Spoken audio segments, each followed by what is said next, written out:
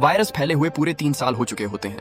दुनिया लगभग खत्म हो चुकी है। इसी उजड़ी हुई दुनिया में एक आदमी जिंदा बचा है, रॉबर्ट नेवल। नेवल एक अमेरिकी आर्मी डॉक्टर है। वह न्यूयॉर्क के मैनहट्टन इलाके में रहता है, वॉशिंगटन स्क्वायर पार्क के पास। उसने अपना घर किले जैसा मजबूत बना लिया है ताकि वह रात में खुद को सुरक्षित रख सके। वह पूरी तरह अकेला है। शहर में कोई इंसान नहीं दिखता, सड़कें सुनसान हैं, इमारतें टूट चुकी हैं। हर दिन नेविल बाहर निकलता है, खाली दुकानों से खाना, दवाइयां और जरूरी सामान इकट्ठा करता है। वह समय देखकर ही बाहर जाता है, क्योंकि रात होते ही बाहर निकलना मौत को बुलाने जैसा है। साल 2009 में वैज्ञानिकों ने एक ऐसा प्रयोग किया जिसका इरादा तो अच्छा था, लेकिन नतीजा बेहद भयानक निकला। वे कैंसर जैसी खतरनाक बीमारी का इलाज ढूंढना चाहते थे। इसके लिए उन्होंने खसरे के वायरस को जेनेटिक रूप से बदल दिया ताकि वह कैंसर की कोशिकाओं को खत्म कर सके। शुरुआत में यह प्रयोग सफल लगता है, कुछ मरीज ठीक भी होते हैं। इसलिए सरकार और वैज्ञानिकों को लगता है कि उन्होंने एक बड़ी जीत हासिल कर ली है। लेकिन यही सबसे बड़ी गलती थी।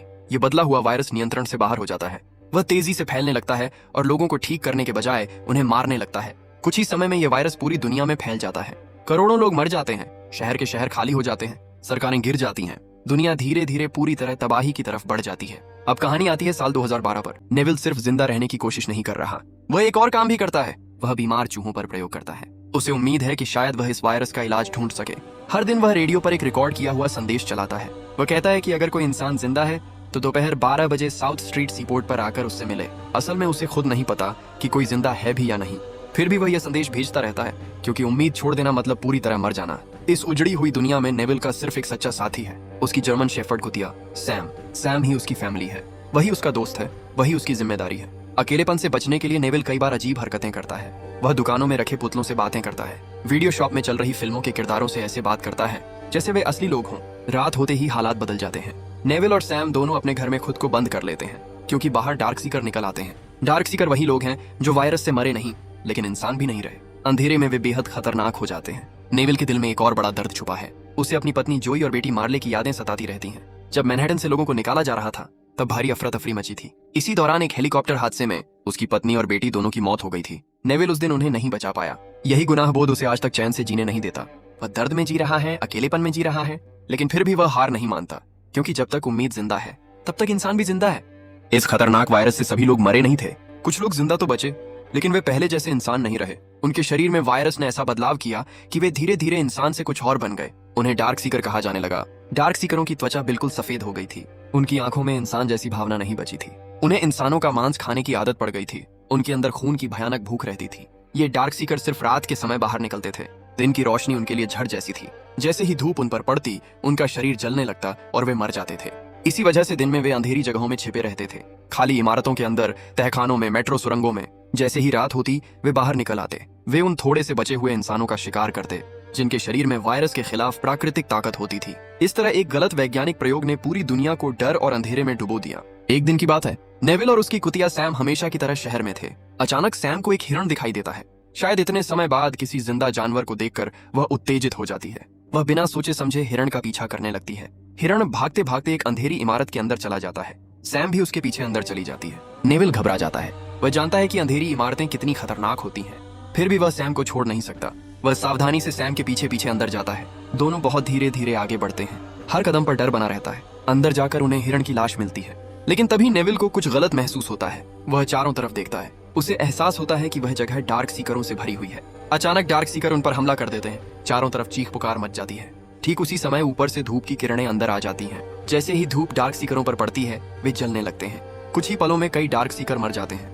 इस मौके का फायदा उठाकर नेविल और सैम किसी तरह बाहर निकल आते हैं। इस घटना के बाद नेविल और ज्यादा सतर्क हो जाता है। वह फैसला करता है कि अब उसे इलाज के लिए जिंदा डार्क सीकर चाहिए। वह एक जाल बिछाता है। काफी मेहनत और खतरे के बाद वह एक मादा डार्क सीकर को पकड़ लेता है। नेविल ने अपने ही खून से एक संभावित इलाज तैयार किया था। उसे उम्मीद होती है कि शायद यही इलाज काम कर जाए।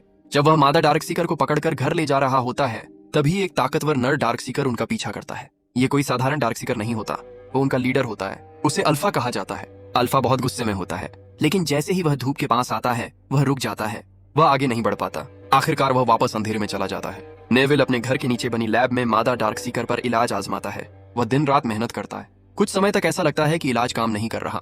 मादा डार्क सीकर में कोई खास बदलाव नहीं आता। नेविल निराश हो जाता है, लेकिन वह हार नहीं मानता, क्योंकि उसके लिए यह सिर्फ एक इलाज नहीं है, ये पूरी इंसानियत की आखिरी उम्मीद है। अगले दिन नेविल को कुछ अजीब महसूस होता है। उसे लगता है कि कुछ ठीक नहीं है।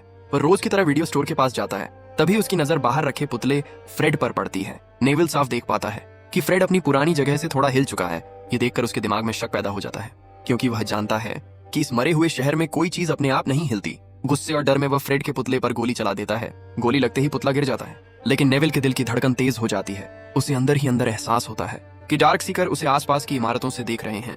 वह जानता है कि वे चालाक हैं और उसे मानसिक रूप से तोड़ने की कोशिश कर रहे हैं। जब नेविल फ्रेड के पास जाता है, तभी अचानक जमीन उसके नीचे से खिसक जाती है। वह उसी तरह के जाल में फंस जाता है जैसा उसने मादा डार्क सीकर को पकड़ने के लिए लगाया था। रस्सियां खींचती हैं और नेविल जोर से जमीन पर गिरता है। उसके सिर पर जोरदार चोट लगती है, आंखों के आगे अंधेरा छा जाता है और वह बेहोश हो जाता है।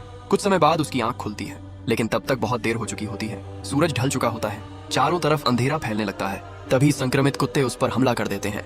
वे गुर्राते हुए उसकी तरफ दौड़ते हैं। उनकी आंखों में इंसान जैसी कोई भावना नहीं होती। नेविल किसी तरह उठता है और सैम के साथ मिलकर उनसे लड़ता है। काफी संघर्ष के बाद वे कुत्तों को मार देते हैं, लेकिन इस लड़ाई में सैम को एक कुत्ता काट लेता है। यह देखकर नेविल का दिल बैठ जाता है। वह जानता है कि हवा से फैलने वाला वायरस कुत्तों पर असर नहीं करता, लेकिन काटने से फैलने वाला वायरस कुत्तों और जानवरों को संक्रमित कर सकता है। बिना समय गंवाए नेविल सैम को अपना सीरम इंजेक्शन के रूप में देता है। कुछ देर तक सैम बिल्कुल ठीक लगती है। नेविल को थोड़ी राहत मिलती है। उसे लगता है कि शायद वह उसे बचा लेगा, लेकिन थोड़ी ही देर बाद सैम के शरीर में बदलाव शुरू हो जाता है। उसकी आंखों में अजीब चमक आने लगती है। उसका व्यवहार बदलने लगता है। नेविल समझ जाता है कि संक्रमण फैल चुका है। वह अंदर से टूट जाता है। भारी दिल और मजबूरी में वह अपनी सबसे प्यारी दोस्त सैम को खुद मार देता है। यह फैसला लेना उसके लिए मौत से भी ज्यादा दर्दनाक होता है। ये पल नेविल को अंदर से पूरी तरह तोड़ देता है। अब उसके पास खोने के लिए कुछ नहीं बचता। गुस्से और दर्द से भरा नेविल अगली रात जानबूझकर बाहर निकलता है। वह डार्क सीकरों के एक झुंड पर हमला कर देता है। वह चाहता है कि या तो सब खत्म हो जाए या वह खुद डार्क सीकर उसको खत्म कर दें। डार्क सीकर उस पर टूट पड़ते हैं। वे लगभग उसे मार ही डालते हैं, लेकिन तभी दो इंसान, एना और एक छोटा बच्चा ईथन, उसे बचा लेते हैं। वे आखिरी वक्त पर उसे खींचकर बाहर ले जाते हैं। नेविल बेहोशी की हालत में होता है। एना और ईथन मैरीलैंड से आए होते हैं। वे नेविल का रेडियो संदेश सुनकर उसे ढूंढते हुए यहाँ तक पहुंचे थे। जब नेविल को होश आता है तो उसे यकीन नहीं होता। लंबे समय बाद उसे एहसास होता है कि वह इस दुनिया में बिल्कुल अकेला नहीं है। एना और ईथन घायल नेविल को उसके घर ले आते हैं। वहाँ एना उसे बताती है कि वे लोग वर्मोंट के बेथेल में बने एक बचे हुए लोगों के कैंप की तरफ जा रहे हैं।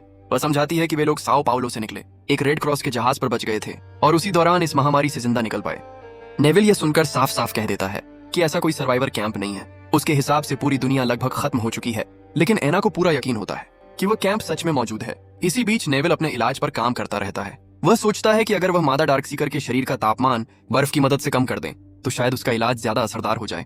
वह आखिरी उम्मीद के तौर पर यही तरीका अपनाने का फैसला करता है, लेकिन अगली ही रात हालात और भी बिगड़ जाते हैं। वही डार्क सीकरों का झुंड जो पिछली रात एना और नेविल का पीछा कर रहा था, अब सीधे उनके घर पर हमला कर देता है। वे दरवाजे तोड़ने लगते हैं, खिड़कियां चकनाचूर हो जाती हैं, चारों तरफ तबाही मच जाती है। नेविल, एना और ईथन उस मादा डार्क सीकर के साथ जल्दी से घर के नीचे बने बेसमेंट लैब में चले जाते हैं। वे अंदर से दरवाजे बंद कर लेते हैं और खुद को पूरी तरह बैरिकेड कर लेते हैं। बाहर डार्क सीकर चीखते चिल्लाते रहते हैं, दरवाजे तोड़ने की कोशिश करते हैं और अंदर तीनों लोग अपनी सांस रोके बैठे रहते हैं। अब ये साफ हो जाता है कि ये सिर्फ जिंदा रहने की लड़ाई नहीं है, बल्कि इंसानियत को बचाने की आखिरी कोशिश है। लैब के अंदर हालात लगातार बिगड़ते जा रहे होते हैं। डार्क सीकरों का हमला पहले से कहीं ज्यादा तेज और उग्र हो जाता है। उनका अल्फा नर पूरी ताकत से शीशे के दरवाजे पर टकराने लगता है। हर टक्कर के साथ शीशे में दरारें पड़ने लगती हैं और लैब के अंदर डर और तनाव बढ़ता चला जाता है। तभी नेविल कुछ अलग महसूस करता है। उसे अचानक समझ में आता है कि यह हमला अंधाधुंध नहीं है। वह ध्यान से देखता है कि अल्फा नर और बाकी डार्क सीकर एक खास पैटर्न में हमला कर रहे हैं। वे बार बार एक तितली का निशान बनाते हुए आगे बढ़ रहे होते हैं। यह देखकर नेविल को कुछ याद आता है। उसके दिमाग में एक तस्वीर उभरती है। उसे याद आता है कि यही तितली का निशान उस मादा डार्क सीकर की गर्दन पर बने टैटू जैसा ही है। उसी पल नेविल को सच्चाई पूरी तरह समझ में आ जाती है। ये डार्क सीकर उसे मारने नहीं आए थे, वे बदला लेने नहीं आए थे, वे सिर्फ अपनी साथी को वापस लेने आए थे। ये एहसास नेविल को अंदर तक हिला देता है। वह पहली बार उन्हें राक्षस नहीं बल्कि किसी अपने के लिए लड़ते हुए जीवों की तरह देखता है। नेविल चुपचाप अपनी रिवॉल्वर जमीन पर गिरा देता है। कोई शब्द नहीं, कोई धमकी नहीं, बस एक साफ संकेत कि वह अब लड़ना नहीं चाहता। वह धीरे धीरे मादा डार्क सीकर को आजाद कर देता है और उसे अल्फा नर की तरफ लौटा देता है। जब अल्फा नर अपनी साथी को सुरक्षित अपने सामने देखता है तो उसके चेहरे पर गुस्सा नहीं बल्कि राहत और भावुकता दिखाई देती है। उस पल अल्फा नर सिर्फ एक राक्षस नहीं लगता, वह भी किसी का साथी, किसी का रक्षक, किसी का अपना लगता है। नेविल उसकी आंखों में देखकर धीरे से उससे माफी मांगता है। ये माफी सिर्फ उस एक पल के लिए नहीं होती, ये माफी सालों के दर्द, सालों के गलत प्रयोग और सालों की गलत समझ के लिए होती है। कुछ पल की गहरी खामोशी छा जाती है, कोई आवाज नहीं, कोई हमला नहीं। फिर अल्फा नर अपने झुंड की तरफ मुड़ता है और बिना किसी नुकसान के सबको लेकर वहां से चला जाता है। कोई हमला नहीं होता, कोई खून नहीं बहता। डार्क सीकरों के जाने के बाद नेविल अकेला लैब में खड़ा रह जाता है। चारों तरफ सन्नाटा होता है। वह धीरे धीरे लैब की दीवारों पर लगी तस्वीरों की तरफ देखता है। उन तस्वीरों में उसके सालों के प्रयोगों के शिकार दिखते हैं जिन्हें वह अब तक बीमार समझता रहा था।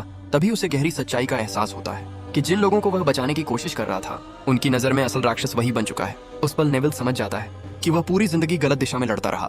वह खुद को इंसानियत का रक्षक समझता रहा, लेकिन असल में वह उनके लिए डर का कारण बन चुका था। यही एहसास इस कहानी का सबसे गहरा और सबसे सच्चा अंत बन जाता है। अगली सुबह नेविल पूरी तरह बदला हुआ इंसान होता है। उसके अंदर अब गुस्सा नहीं, घमंड नहीं और जिद नहीं बचती। अब वह अपने पुराने प्रयोग छोड़ देता है। उसे समझ आ चुका होता है कि वह सिर्फ इलाज खोजने में ही नहीं बल्कि सच को समझने में भी भटक गया था। अब वह एना और ईथन के साथ वर्मोंट की तरफ निकल पड़ता है, इस उम्मीद में कि कहीं ना कहीं बचे हुए इंसानों की कोई कॉलोनी जरूर होगी। जब तीनों जॉर्ज वॉशिंगटन ब्रिज पार कर रहे होते हैं, तब एना एक मजबूत और भरोसे से भरी बात कहती है। उसकी आवाज में डर नहीं बल्कि उम्मीद होती है। वह कहती है, तुम अकेले नहीं हो। यह एक लाइन नेविल के पूरे सफर, उसकी सोच और उसकी पहचान को बदल कर रख देती है। अब वह सिर्फ आखिरी इंसान नहीं रहता, बल्कि एक ऐसा इंसान बन जाता है जो सच को समझ चुका है,